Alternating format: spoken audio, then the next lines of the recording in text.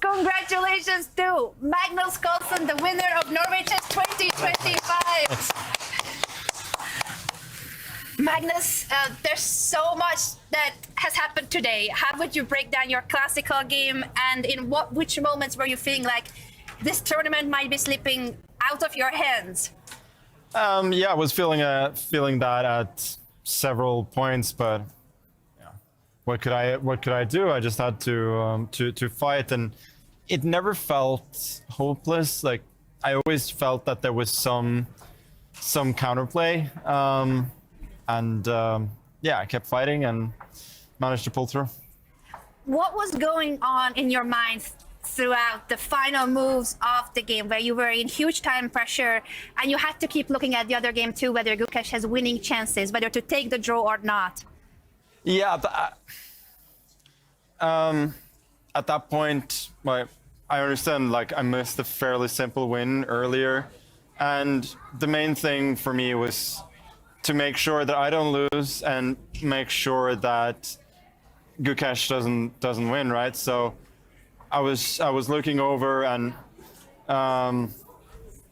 yeah, at the end I just thought, you know, I had my share of fun in the tournament, and in this game, draw is going to almost certainly secure me the win. If somehow Gukesh manages to draw, well, then I guess I'll have to win the Armageddon. But at that point, I was, yeah, I just kind of had enough. That is, I think, very understandable. It was over 50 moves of white chaos in your game. You said that you missed a win. Can you show us the moment where you realized that no, Christian, do we have the board? We don't want to look at the board. I just thought it was so pretty. The two knights and the rook trying to create a checkmate pattern. Did you notice anything that you thought you missed there? No, I didn't. The weird thing is that Arjun, like, he showed me, I asked him if I had any simple win, and he showed it to me. And the thing is, it is actually a familiar pattern, and it's a beautiful, kind of simple, but also really beautiful one. So that would, of course, have been a very nice way to finish the tournament, but alas.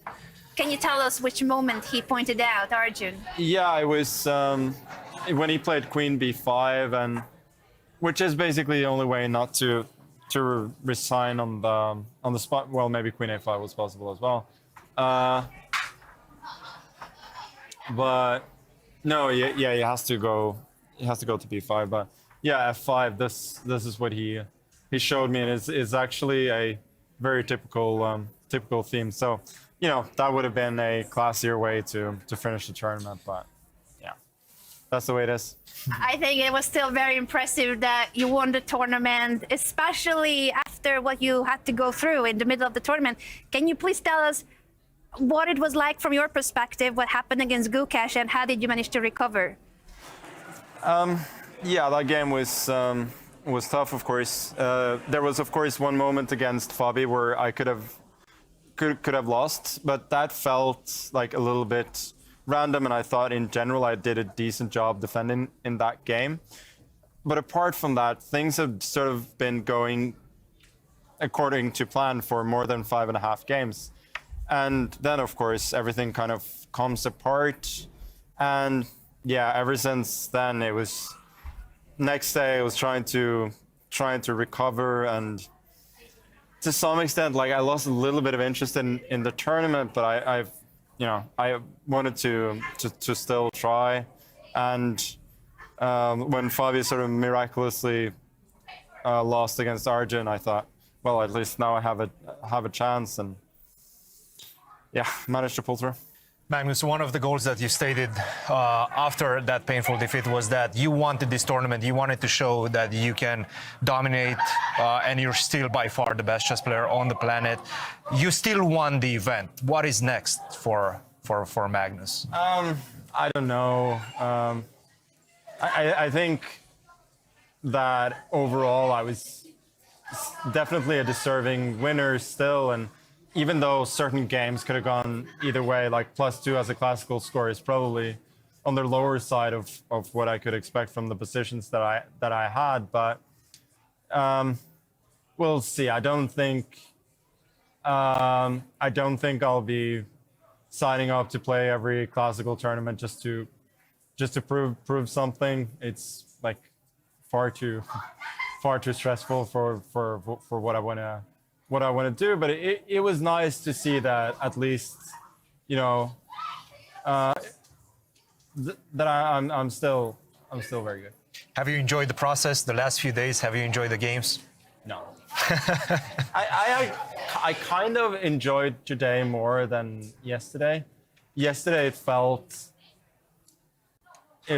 like Fabi wasn't quite there, and it felt like I only won because of some random blunder where he lost patience a little bit, and but yeah, I mean, today was just, it was an interesting game from the start, and it was at some point pure survival mode. And in that case, you know, even if I lost, like, it would have sucked, but it wouldn't have been nearly as big a blow as the game against Gukesh, because it was a very realistic possibility. I just had to keep fighting. When it comes to your preparation, I bumped into you coming back from playing golf this morning. How much does it matter to you to combine physical activities and also get to switch off when it comes to a tournament that is 2 weeks long? Yeah, for sure. You know, the days are quite long. I think the best tournament I had in recent years in 2022, I played a lot of paddle. I love paddle myself. I can recommend it. Yeah, last year I sort of just gotten into golf, and it's really nice to be able to get my mind off chess, for sure. Because yeah, on certain days, like if you have from 9 till 5 to think about the game, that's a lot of time. That's certainly a lot of time. I'm not sure how much you have been on social media recently, especially after your game against Gukesh. Did you see yourself being shared by football clubs like Paris Saint-Germain referring to your moment against Gukesh and that emotional reaction? Have you seen how the world has been picking up on that clip and it went viral? Yeah, of course. It's it's good for chess. It's good for the tournament, and yeah, it definitely wasn't my finest hour, but like I regret the moves that I made more than the gesture, because that kind of happened in the moment, and it was just a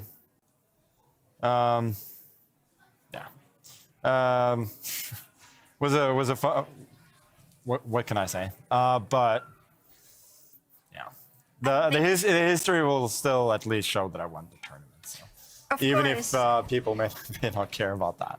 And that moment goes to show how much you care about the game of chess, because you were very invested in the game. You were winning in that game against Gukesh. So the reaction, of course, is very understandable. And the respect that you showed it right after toward Gukesh, saying good game and patting him on the back, I think that goes to show that no matter how frustrated you were with the outcome of the game and being upset with yourself, you respect your opponent and you respect the game of chess. And that is the sign of a true champion who, even in an emotional moment like that, can show that respect toward the opponent and toward the game.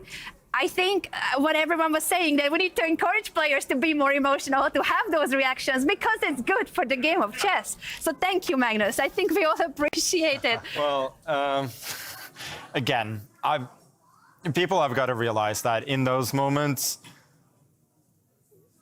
yeah, when I have these emotional reactions, like the only person that I'm upset at is myself, and yeah, that's what I'm kind of getting out. And like my reaction didn't really, like, it didn't stop there. Like I was so kind of out of it that I had to like jump out of the car on the way back and just like take like several minutes just to compose myself. Like it was, yeah, it was very, very, very emotional for sure. But you know, that's honestly just the pain of chess, especially classical. without dwelling on the past, now looking towards the future, it felt almost this tournament like a clash of generations as well. It seems like the old school is still in place. How are you seeing the next few years develop between the new generation that's coming up and you guys that are holding the fort? I think the kids are on track, but they're not like way ahead of schedule. Looking at Gukesh play, I feel it's quite similar to what I was doing like in 2008, 2009 when I was breaking through. It wasn't always so pretty, but there was this tournament, for instance, Linares 2008, where I mean Vishy was cruising to +3 in first place, and I was just like playing crazy games here every which way, and honestly getting more out of the positions than kind of my pure chess skill suggested. And I think that is kind of what is typical of what kids do. Yeah, you can see in certain games that in parts of the game, Gukesh and Arjun are far behind, you know, myself, Fabian, and Hikaru, but we're also like, we're the very best players in the world. They're not supposed to be our equals in every part of the game. And the fact that Gukesh can actually fight for tournament victory, despite having so many bad positions, like he will probably not be happy with it himself, but it is encouraging, and I think very, you know, it's typical. That's what kids do. Part of the process. Thank you very much, Magnus. You got the opening advantage a hell of a lot in this tournament by playing golf.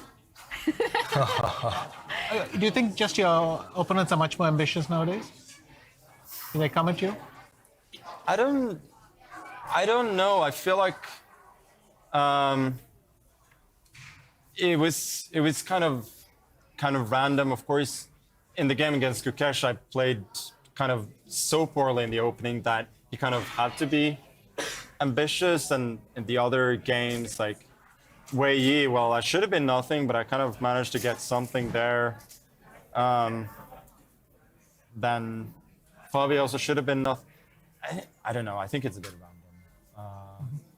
But yeah, there have been tournaments where I feel like I don't ever get a game, and of course, getting a game here in the 4 white games that I actually tried to win, that's very unusual. You said throughout the tournament that your will for classical chess might be in question, whether you will compete at classical chess. Is it something that you will consider after the tournament? Do you think that you will be reflecting on this tournament after a few days? Any plans on your future tournaments, whether it's freestyle, whether it's the esports World Cup? Where can people see you competing, Magnus? Yeah, I will be taking a little bit of a break now.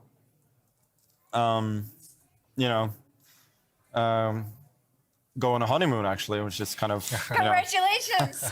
kind of wild thing to do. But after that, I will be playing in Zagreb. I will be playing in Vegas, and I will be playing the esports World Cup as well. So I got a lot on my plate coming up. As for classical, it was a bit of a mixed bag in this tournament. Like I didn't, as well, you know, I've talked about probably to the annoyance of a lot of people, like I don't generally enjoy the games that much, even if I might be doing well. But it's still interesting, and I like competing. But like by far the strongest emotion that I've had in this tournament is the pain after my loss against Gukesh, and winning the tournament is more a relief than anything else. So I don't think I will be playing a lot, but I'm also like not guaranteeing that I'm never playing a classical tournament again. Like I might be coming back here next year. I cannot say that for sure. So yeah, it's a bit of a mixed bag, but at the very least, it's nice to see that I can play, and it's nice to see that at least in parts of the game I am still quite a lot better than the guys who are trying to sort of take over. We most certainly think so. Magnus Carlsen, the GOAT. We have had this discussion, who is the GOAT. He's the winner of Norway Chess 2025. Magnus, you have won for the 7th time, and we hope that you'll be back next year to win 8 times, a record-breaking championship trophies. I don't even know where you put so many medals and trophies, but congratulations on the win, and enjoy your honeymoon. It's much deserved. Thank you. Congratulations, Magnus. Ladies and gentlemen, the winner of Norway Chess 2025.